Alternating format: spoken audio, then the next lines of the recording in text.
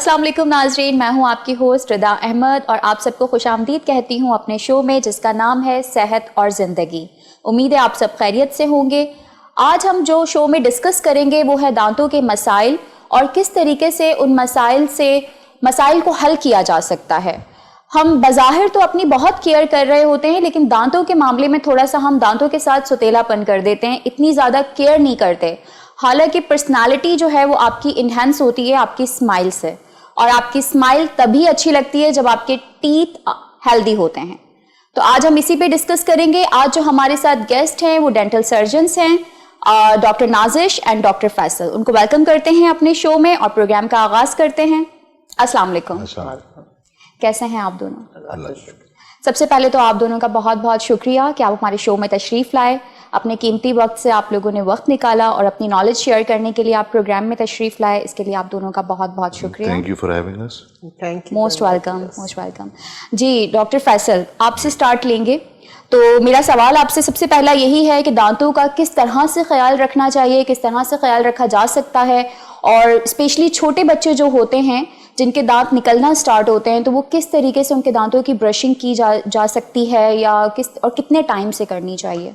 देखिए, first of all हमारे जो दांत हैं वो हमारी बॉडी के सबसे हार्ड एक बोन है।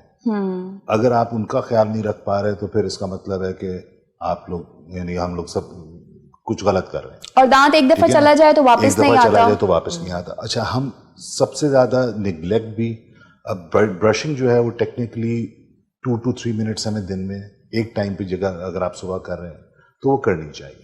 तरीकेकार क्या होता है? कुछ लोग ब्रशिंग भी रॉन्ग वे में कर रहे होते हैं। देखें, अप एंड डाउन मोशंस के साथ और सर्कुलर मोशंस के साथ ब्रशिंग करनी चाहिए अराउंड द गम्स, और कोशिश ये करनी चाहिए कि गम्स में जो कुछ पार्टिकल्स वगैरह रह गए हैं वो निकाल लिए जाएं। लेकिन हम लोग ब्रशिंग मेरे ख्याल में एज अ फैशन करते हैं, क्योंकि घर यानी कि we don't take it seriously.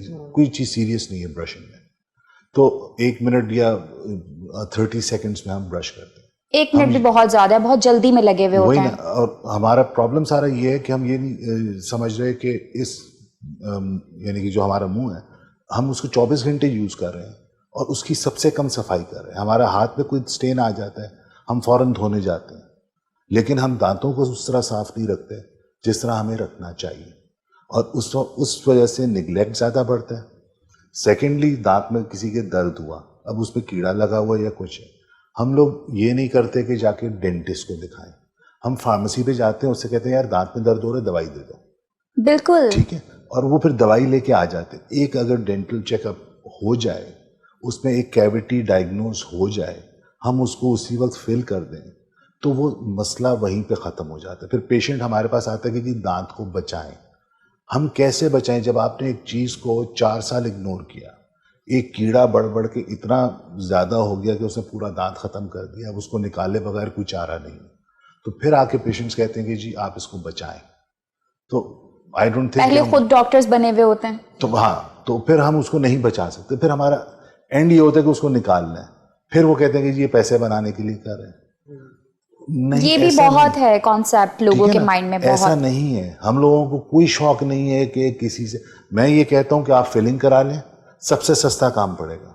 आप फिलिंग को इग्नोर करेंगे, रूट कैनाल पे जाएंगे, फिर उसके बाद क्राउन लगेगा।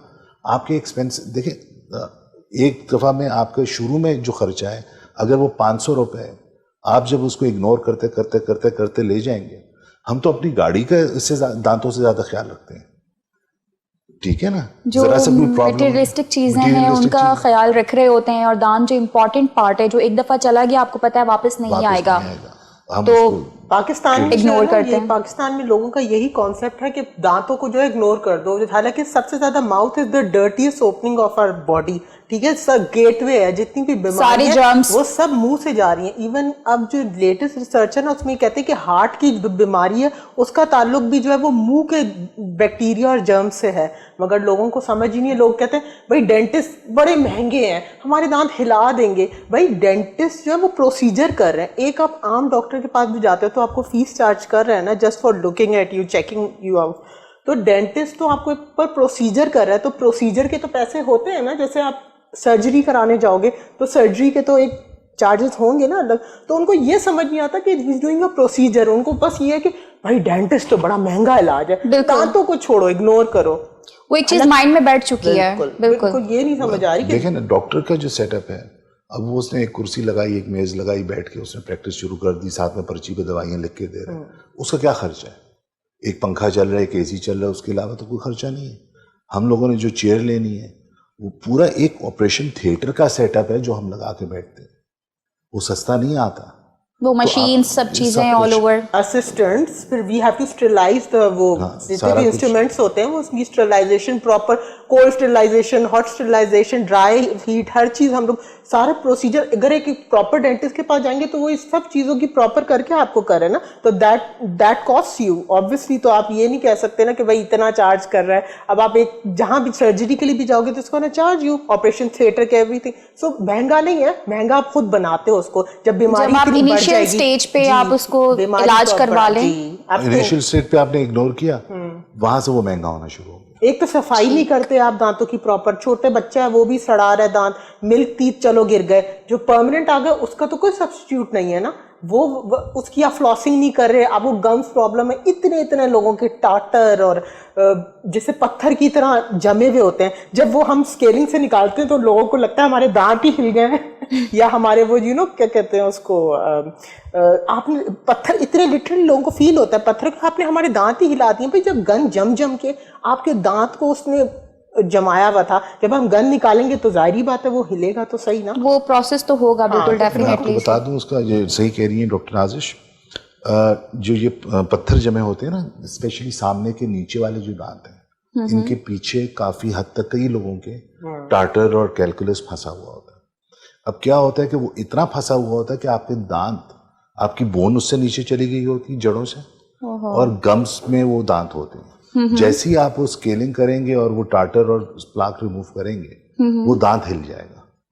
अब जब वो दांत हिल गया तो फिर आती है बात कि जी हम क्लीनिंग कराने गए थे, उस डॉक्टर ने मेरे दांत हिला दिया। डॉक्टर का कसूर नहीं है, किसी भी डेंटिस्ट का। देखिए कोई भी डॉक्टर अपना पेशेंट या अपना नाम खराब जान के नहीं करता, बिल्कुल ठीक है ना, ये तो हम मानते हैं ना।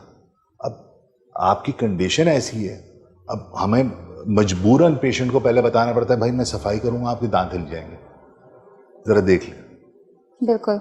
अच्छा डॉक्टर फैसल, वो छोटे बच्चों का सवाल मैंने आपसे पूछा था कि उनके दांतों की सफाई किस तरीके से, कि उनको इंटरवल्स में मीठा दें या कैंडीज वगैरह कम दें, इंटरवल्स में दें।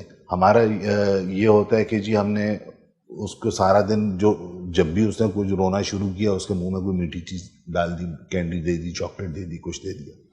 अब क्या होता है कि वो दो स्टेजेस होती हैं, एक मिनरलाइजेशन और एक डीमिनरलाइजेशन। जब दांतों को मीठा लगता है या क्योंकि दांत ऑब्वियसली कैल्शियम वगैरह और मिनरल्स हैं इसमें, जब ये मीठा हम खाते हैं या दूध पीता है बच्चा ज़्यादा, तो उसके जो दांत हैं वो डीमिनरलाइज स्टेज में होते हैं, उसमें से ये कैल्शियम वगैरह सारा कुछ निकल जाता है। और उसको वापस रीमिनरलाइज होने में 4 घंटे लगते हैं। अब हमने क्या किया कि बच्चे ने जिद की, उसको हमने कैंडी दे दी, फिर 2 घंटे के बाद दोबारा एक उसको चॉकलेट दे दी। अब क्या है कि पूरा दिन उसके दांत जो है वो डीमिनरलाइज स्टेज में चल रहे हैं। You have to give it time कि वो उसको रीमिनरलाइज हो। जब ये सारा कुछ वापस दांत में जाएगा, कितना टाइम देना चाहिए? तकरीबन 4 घंटे। देखिए मैं ये कहूँगा कि अगर पेशेंट या बच्चे हैं आपके तो दिन में 2 दफ़ा उसको मीठा दें, इससे ज़्यादा देने की ज़रूरत नहीं है। एक दफ़ा सुबह दे दें, एक दफ़ा शाम को दे दें। दूसरी चीज़ ये कि मिल्क बॉटल सिंड्रोम एक हमारे यहाँ डिजीज़ है बच्चों की, जिसमें हम माएँ जो है अक्सर रात के वक्त बच्चों के मुंह में दूध की बोतल दे देते हैं और एक बोतल उसकी साइड पर रख देते हैं। उससे क्या होता है कि वो सारी रात जब दूध पीता रहेगा तो दांत पूरी रात डीमिनरलाइज स्टेज में रहेंगे, और उस वक्त बैक्टीरिया को बहुत टाइम मिलेगा कि वो उसमें कैविटीज क्रिएट करे। हालांकि बच्चों के दांत में और कोई ऐसी सफाई की जरूरत होती नहीं दूध के दांतों में, लेकिन हम लोग उसकी एनवायरनमेंट ऐसी बना देते हैं कि वो कीड़ा लगना शुरू हो जाता है। जब वो कीड़ा लगना शुरू हो जाता है तो फिर वो ब्लेम आता है कई चीजों के ऊपर। अच्छा, कैंडी देने से नहीं रोकना, तो ये हमारे ऊपर है ना कि हम किस तरह से उनको ट्रेन कर रहे हैं। आप इसके ऊपर 10 हेल्थ शोज कर दें, लेकिन माइंड सेट चेंज करने के जी दांत, टीथ आर इम्पोर्टेंट। अगर आप शुरू से बच्चों के जहन में ये डालेंगे कि टीथ आर इम्पोर्टेंट, तो वो सारी जिंदगी याद रखेगा। लेकिन अगर आप शुरू से नहीं डालेंगे तो वो कभी याद नहीं। सही। तो मतलब जब छोटे बच्चे हैं जो अपनी केयर खुद नहीं कर पाते, तो उनका तरीकेकार यही है कि उनको कैंडीज और इन चीजों से दूर रखा जाए। तो एक ही बार दे दें, अगर आपको उनको खिलानी है उनको एक ही बार खिला दो जितनी भी खिलानी है, ताकि वो हो जाए मीठा जितना भी है। बार बार आप दोगे ना तो वो एक स्टेट में ही रहेगा, दांत खराब होने सड़ने के। फिर उनके कुछ बच्चे ऐसे होते हैं उनके आगे के सारे दांत जो है ना वो उड़े हुए होते हैं, लिटरली काली काली बस नोके होती है, सारे दांत उड़े हुए होते हैं। वो दूध, वही जो इन्होंने बताया डॉक्टर साहब ने कि बॉटल जो है ना, जो बॉटल में दूध पीते पीते सो जाते हैं, पूरी रात उनके पूरे दांत वो सब डिके हो जाता है उनका। अच्छा, इसका एक तरीके का ये भी हम कर सकते हैं, अगर जैसे ब्रश नहीं कर सकते छोटे बच्चे, तो क्या किसी कपड़े से साफ किया जा सकता है उसके टीथ, और या बस अवॉइड ही करें चीजों को? अवॉइड करें। अब तो बच्चों के टूथपेस्ट भी आ गए, टूथ ब्रश भी आ गए हैं, सारा कुछ आ गया, एडवांस ब्रशेस आ गए, ब्रशेस आ गए, तो वो उसको यूटिलाइज करें आप। यानी कि क्या सही मसला के, लेकिन बच्चे को अगर शुरू से आदत डालेंगे ब्रशिंग की तो अच्छा है, यानी कि उसको बाद आगे चल के आपको ज्यादा मसला नहीं होगा। ठीक है।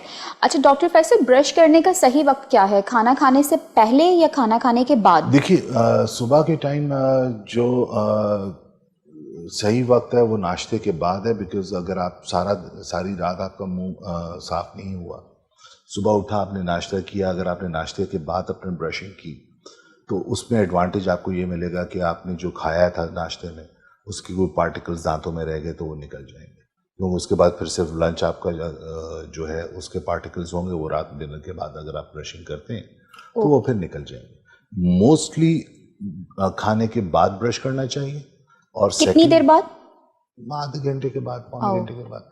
और दूसरा ये कि मैं पर्सनली ये लोगों को कहता हूँ कि आप ब्रशिंग के बाद रिंस ना करें, स्पिट किया करें खाली। टूथपेस्ट है, जहर नहीं है ये, ठीक है ना। अगर आप स्पिट करते रहेंगे तो आपको असर होगा। आप उसकी एग्जांपल ये है कि अगर आपको कोई जख्म लगता है या कोई आप मेडिसिन ले रहे हैं, आप रब करते हैं, क्या उसके फौरन बाद आप उसको धो देते हैं या लगा रहने देते हैं? नहीं, लगा रहने देते, कुछ देर तो लगा रहने देते। क्यों?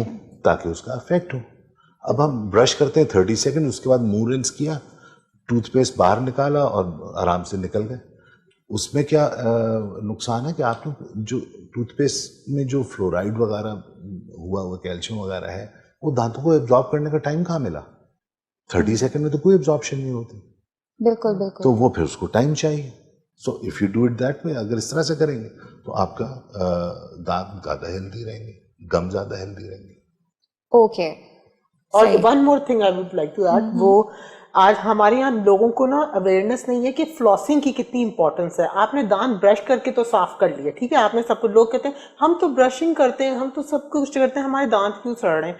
दांतों के बीच में भी एक जगह, एक गैप होता है जो जिसमें जो है ना खाना जाके फंसता है, ठीक है, उसकी वजह से आपके पीछे मसूड़े पीछे हटते हैं, हड्डी की प्रॉब्लम, ये सब। तो फ्लॉसिंग भी इतनी ही इम्पोर्टेंट है जितनी कि ब्रशिंग इम्पोर्टेंट है। हम इसमें कहते हैं, हम डेंटिस्ट्री में हम लोग ये कहते हैं कि you floss only those teeth that you want to keep, यानी कि जो दांत रखना चाहते हो उनको फ्लॉस करो। तो ऑब्वियसली हम सारे दांत रखना चाहते हैं। बिल्कुल। फंस के फूड जो है वो सड़न और गम्स की बीमारियां और सब रिसेशन कॉज करता है। बिल्कुल बिल्कुल डॉक्टर नाजिश। ब्रेक का वक्त हो चुका है, तो हम ब्रेक के बाद इसको यहीं से प्रोग्राम को कंटिन्यू करते हैं।